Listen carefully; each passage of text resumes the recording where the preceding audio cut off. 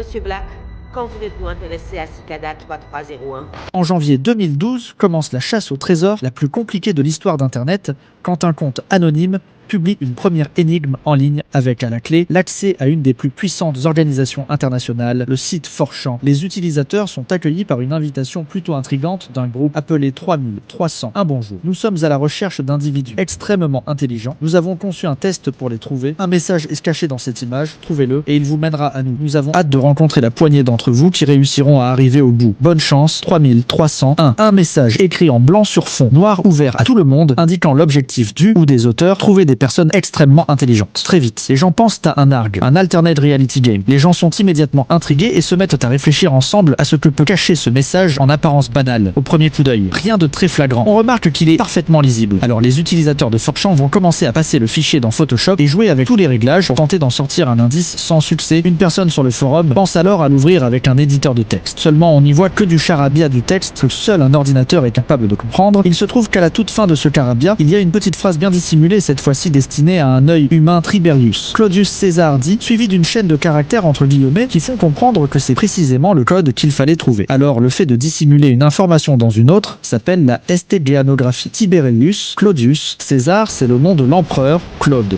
le 4e empereur romain. Pour déchiffrer le message, on doit avoir recours au code César, aussi connu sous le nom de chiffrement par décalage. Le code César, c'est une méthode de chiffrement très simple. En choisissant l'ensemble des chiffres, lettres et symboles de la table ASCII, on arrive à obtenir un lien vers une image de canard accompagnée d'un texte. Oups, il n'y a rien ici, on dirait que vous ne savez pas comment extraire le message. Beaucoup pensent avoir fait un fausse route. La réponse était juste sous nos yeux. Le texte d'origine en anglais utilise les mots out et guess. Alors après un moment de réflexion, les enquêteurs ont compris qu'il fallait avoir recours à la logiciel ou Jess, qui est un outil avancé de stéganographie. Quand on passe le fichier du premier message de 3301 dans le logiciel, on en sort un message. Voici un livre code pour trouver le livre et plus d'informations. Visitez ce subreddit. Ce nouveau message de 3301 est suivi d'une suite de nombres ainsi que d'un bonne chance. Si on clique sur le lien du subreddit indiqué dans le message, on tombe sur ça. Sauf que en janvier 2012, il ressemblait plutôt à ça. Parce que oui, il y a une différence entre les deux. Au début, seuls quelques posts au titre incompréhensible sont disponibles et puis petit à petit,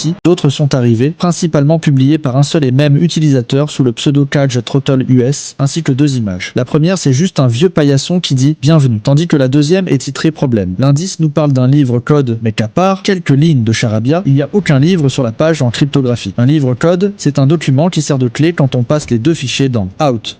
Guess, la première photo, le paillasson, Welcome, cache un message de 3300 en indiquant que dorénavant, parce qu'il commence à y avoir des comptes fake qui émergent pour donner des faux indices, ils vont signer tous leurs messages grâce à une signature PGP qu'il faudra vérifier à chaque fois pour vérifier l'authenticité du message PGP. L'image contenant le SRAL dans Outjest et c'est ce nouveau message. La clé était devant vos yeux depuis le début. Vous vous rappelez quand j'ai dit qu'il y avait une différence entre le subreddit aujourd'hui et le Reddit de l'époque? Ben celui-ci a quelque chose qui n'existe plus sur sa page. Il s'agit de cette image, la bannière du forum, littéralement devant nos yeux. Dès qu'on arrive sur la page, ce que ces dessins signifient. Ces symboles sont en fait la numération utilisée par les Mayas. La question qu'il faut se poser, c'est à quoi ça correspond sur la page. Le titre du subreddit correspondait parfaitement à cette suite de chiffres, seulement certains avaient été remplacés par des lettres. Pour tenter de déchiffrer l'ensemble des titres des posts Reddit qui nous paraissent être du pur charabia, on obtient un texte parfaitement compréhensible. Ce texte, et il vient d'un des Mabinogions, des récits autour de la légende du roi Arthur et des chevaliers. Une fois des chiffres, elles vont donner cet message, appelez-nous au 214 399 608.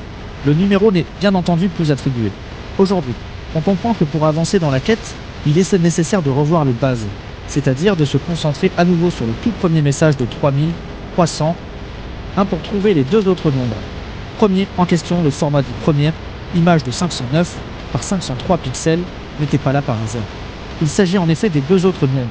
Premier qu'il fallait trouver, si on multiplie 509 par 5, 0,3, puis par 3, 3, on obtient 445 145 127 en suivant les instructions et en ajoutant .com à ce nombre. À l'époque, on tombait sur un qui ressemblait à ça. Une image en noir et blanc de cigale. Les enquêteurs ont l'habitude. Ils ont donc le réflexe immédiat de passer l'image de cigale dans Outguess et ils vont en ressortir ce message. Vous vous en sortez bien jusqu'à présent. Patience et MRE de toutes les vertus. Revenez lundi 9 janvier 2012 à 17h. Alors le 9 janvier 2012 à 17h, pile le site change. Alors il affiche toujours l'image de cigale, mais présente maintenant une liste de ce qui semble être des coordonnées 14 au total, accompagnées du message « Trouvez notre symbole le plus près de chez vous ». Les 14 coordonnées, elles donnent des localisations précises, situées dans le monde entier, en Australie, en Corée du Sud, Hawaï, et même à Paris, en se rendant sur les lieux indiqués par le site, et chacune y a trouvé quelque chose de similaire. Une affiche scotchée sur un poteau montrant la même image de cigale, ainsi qu'un QR code. Malgré leur similitude, les QR codes ne renvoieront pas vers le même message, forçant les enquêteurs à collaborer. Ils ont en effet découvert qu'il y avait 2 variantes d'affiches. Et dans les 2 cas, scanner ou QR code vous amène sur une image d'une cigale blanche noire, accompagnée du mot Everywhere, qui veut dire partout, ainsi que le nom du collectif, 3301 grâce à Outjess. Encore une fois, 2 messages sont ressortis de ces 2 images en apparence identiques. Dans les 2 cas, on lit quelque chose de familier les emplacements, pour ce qui ressemble à être un livre code, mais aussi le même message d'avertissement. À la fin, vous avez trop partagé jusqu'ici, nous voulons les meilleurs pas les suivants. On retourne sur le site avec l'image des CA. On se rend compte qu'il a changé. Il ne montre plus les coordonnées, mais des suites de chiffres qui correspondent aux fichiers JPEG sur lesquels on tombe en scannant les QR codes, une façon d'inclure même celles et ceux qui n'ont pas pu se rendre sur place. Le premier des 2 livres est plutôt simple à trouver en faisant une recherche Google grâce au mot contenu dans la description faite par 3301. Les enquêteurs trouvaient qu'il s'agit du poème Agrippa, A Book of the Dead. So, un livre pour les morts de l'écrivain américain, leader du mouvement cyberpunk William Gibson. Agrippa a été distribué à l'origine sur disquet et été programmé pour s'auto-chiffrer après la première utilisation. Et c'était bien l'indice donné par Cicada, 3301 dans la description du livre à trouver fait, pour n'être lu qu'une seule fois, avant de disparaître. L'autre message parle d'un ouvrage en 29 volumes accumulant du savoir et indique que les enquêteurs doivent, je cite, trouver mon prénom. Ce second ouvrage a mis plus de temps à être trouvé, et il a fallu revenir sur d'anciens indices. Il s'agit en fait de l'Encyclopædia Britannica, une encyclopédie généraliste, anglaise de chacun des 2 messages, grâce à ces 2 ouvrages amenant vers le même résultat, une URL, mais pas n'importe quelle URL. Cette fois-ci, il s'agit d'adresses qui finit en .nom. Il s'agit de l'adresse d'un service caché sur le réseau. Tor, un réseau de communication axé sur l'anonymat. Pour y accéder, les identités et les emplacements des utilisateurs restent anonymes et ne peuvent pas être traités. Les enquêteurs trouvent le message suivant, ainsi qu'un formulaire de messagerie électronique. Félicitations. Veuillez créer une nouvelle adresse email à l'aide d'un service public. Une adresse que vous n'avez jamais utilisée. Écrivez-la ci-dessous. Nous vous recommandons de la créer en restant sur Tor pour une question d'anonymat. Nous vous enverrons un message dans les prochains jours. Une fois le message reçu, revenez sur cette page et ajoutez un slash ainsi que le numéro reçu dans le mail à cette URL après avoir soumis leur adresse email. Un message apparaît pour indiquer aux enquêteurs qu'elle a bien été transmise et qu'on les contactera pas. Celui-ci semble indiquer la fin de la quête, que les personnes étant arrivées jusqu'ici avaient réussi à prouver leur valeur et à atteindre la lumière. Sauf que c'est encore loin d'être fini.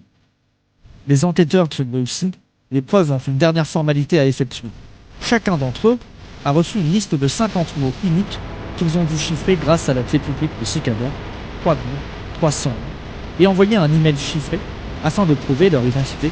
Et juste après ça, on ne sait pas vraiment ce qui est arrivé aux personnes ayant réussi cette dernière épreuve et ayant renvoyé le mail. Jusqu'au 5 janvier 2013, exactement 366 jours après le début de l'enquête Cicada, 3300. Un poste, cette fortune. Oh bonjour. Nous sommes toujours à la recherche d'individus intelligents. Le premier indice est caché dans cette image, trouvez-le, et il vous mènera jusqu'à nous. C'est bien un message officiel du groupe, il a une clé PGP, cette clé elle est correcte, et du coup elle prouve qu'il a bel et bien été publié par Cicada 3301. En passant l'image dans Outjess, un nouveau message apparaît avec un livre code. On prend les mêmes et on recommence. Les gens trouvent rapidement le livre qui sert de clé pour cette énigme et réussissent à déchiffrer le message qui mène tout droit vers un lien Dropbox. Le dossier Dropbox contient un fichier assez lourd à télécharger qui pèse 130 MCT. Il s'agit en fait d'un fichier ISO en gros, un fichier numérique qui reproduit le contenu d'un CD ou d'un DVD physique. Cicada 3, 1300 ING avait envoyé une sorte de mini-système d'exploitation. Exécuter le fichier faisait apparaître une liste de tous les nombres premiers jusqu'à 3301. Au milieu de ces nombres, on trouve un message indiquant la clé est tout autour de vous dans les dossiers du système, et le dossier audio contient un fichier nommé 761.mp, 3 d'une durée de 167 secondes. On voit dans les métadonnées du fichier qu'il s'agit d'une musique ayant pour titre The Instar. Des utilisateurs se concentrent sur